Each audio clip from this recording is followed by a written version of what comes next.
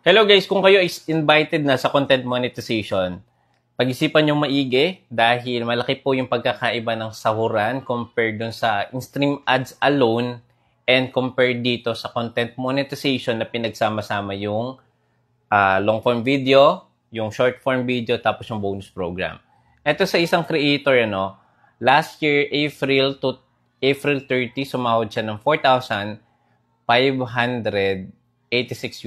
So, ang laki ng difference. So, ito naman yung sinasahod na niya ngayon dahil tinurn on na niya yung kanyang content monetization tools, yung bago.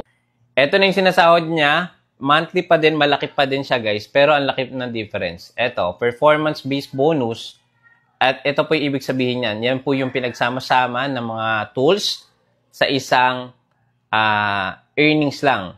Ayan. So, yung short form video, long form video, tas yung bonus program. So, ayan. 1,400 na lang monthly, pero malaki pa din yan, di ba? So, yun lang. Pag-isipan nyo maigi kung kayo ay mag-set up na ng inyong payout account sa inyong content monetization tools. Or, i-retain nyo na lang muna sa in-stream ads. Follow for more. Meron tayong full guide at meron tayong YouTube channel para sa full guide and full details ng mga video na to. Andiyan po yung link sa my comment section. Follow for more. See you again next time.